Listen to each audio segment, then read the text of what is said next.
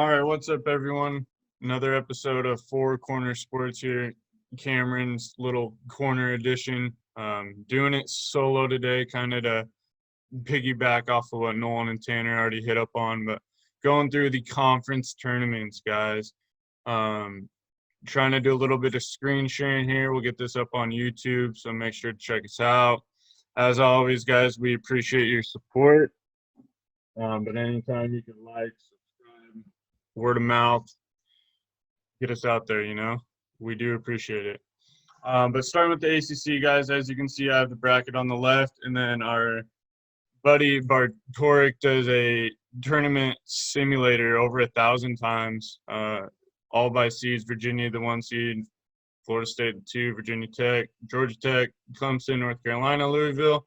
But number 2, Florida State actually has the best chance to win the tournament at 35.5. So we'll kind of start off there. They do have the lowest value on the board, but overall, guys, I think this is the best bet. Yes, had some hiccups there at the end of the season, but they are a deep team. This isn't the same Virginia team. UNC has looked super inconsistent. Georgia Tech is a hot team, and that's kind of where I want to hit on next. This at one point, guys, was at plus 1,500. Now it's dropped all the way to plus 600, but I still feel like there's some value here to put a little bit of money on. Georgia Tech, led by Moses Wright, is a beast, averaging 18 points, 8 boards a game, best for third in the conference. They also have the best ATS record in conference at 12-5. So for some deep value, I would go for Georgia Tech. UNC, just a homer pick, haven't looked great as of late. But we're going to make a little parlay here. I'm going to take FSU for the ACC championship. Up next, guys, we got Big Ten. Again, left and right side, got the bracket and then the simulation. I really do think this is a 3-team race. I was kind of high on Ohio State, but they've had their hiccups. I think they're kind of definitely booted out, as you can see by both the simulator and the odds. But best bet here, guys, I'm going with Illinois. Had a great end of the season, went 11-1, beat Michigan by 23 points. Just coming in with the hot hand. Michigan was off for a month, with COVID protocols. How is that going to affect them coming in? Had some hiccups there at the end, but Juan Howard's team, I do agree, is probably the favorite. But for value alone, guys, I'm going with Illinois. I do like Iowa. I said here in a last podcast that I feel like they are going to be one of the first teams out, like, one of those first round or 2 upsets. If you can shut down Luka Garza, who, yes, is probably going to be the player of the year, but if you can stop him, it really, really hurts their offense. They are a great defensive team, but, it starts right here in the Big Ten. I'll be surprised if they can beat Michigan or Illinois. So we're going with Illinois at plus 333. Next, guys, got the SEC. This is a hard conference. I really do think this is there's 4 or 5 teams that can really win it. Yes, you have Alabama there at the top, but I really like this Arkansas team, guys. They actually just beat Alabama. They're coming in hot, have totally well-rounded team. As you can see, they have one of the top offensive adjusted efficiencies, and then their defense is also at 92.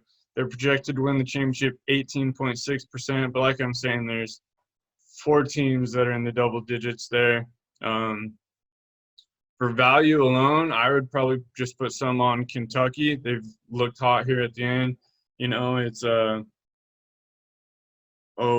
Coach Cal's, I'm going to build them up throughout the year and I'll have them ready in March. Well, it's March. Let's see what you can do. But if you want to lay down some value, but I really like Arkansas, guys.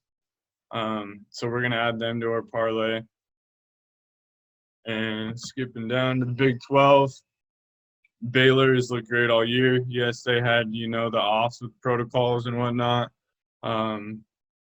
Had a few hiccups here along the way, but 53.1% chance to win the Big 12. I did like the value on Kansas. I'm surprised this hasn't dropped yet, but with the news of McCormick and one other person not being available for the conference tournament, that really hurts their value. So for a value play here, I would go with West Virginia. Great defense, lockdown defense. Had some hiccups, as all teams do. Offensively, 116 efficiency. So their offense is very, very efficient.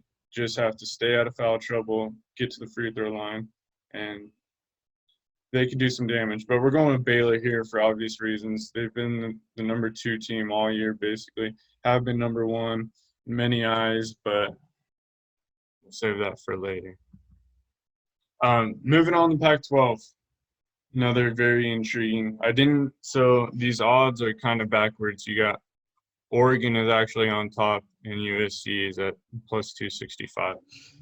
So I have those backwards here, but again, I think this is a 3-team race with a 3-team just being, Colorado at that Cinderella stage.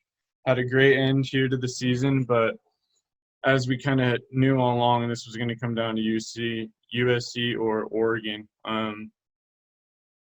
I actually got this a little earlier on Oregon when we had talked last time about how we liked Oregon, so we jumped on that. But Colorado has been hot to the season, but I'm going to kick them out, right? USC was my first overall pick, so I'll stick with that for this betting purpose at 265, just because the value on Oregon's not there anymore. Yes, they finished off the season hot. Win a 10-2 since Richardson returned. They had 8 games in the last 18 days to get them ready for this tournament. So they are the hottest team right now. But with the fallen value in USC, who is one of the better teams right there,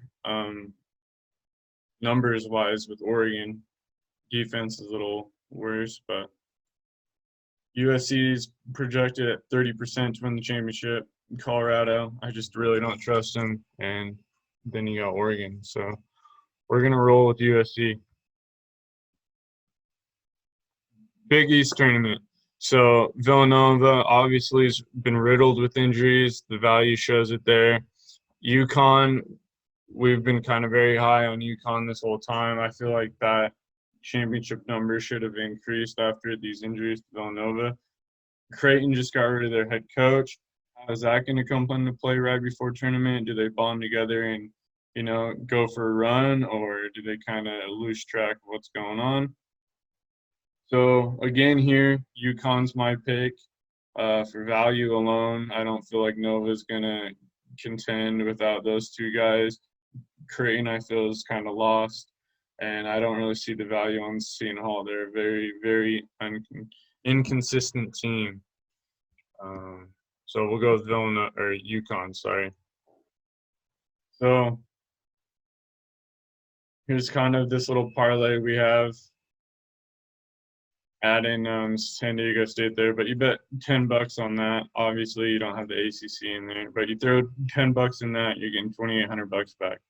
So that's kind of what I like to do on these conference plays. Is you could obviously do a couple of them, get lucky, and hit it big. But just to recap, made this before the news about Kansas, so kind of just take that with a grain of salt. But good value plays, obviously. Georgia Tech plus 600. Illinois at the plus 333. Really good value there, especially with Michigan coming in as the hotter team. Most bet on team anyway. Kansas before the news, that really sucks with that David McCormick. He was coming along great.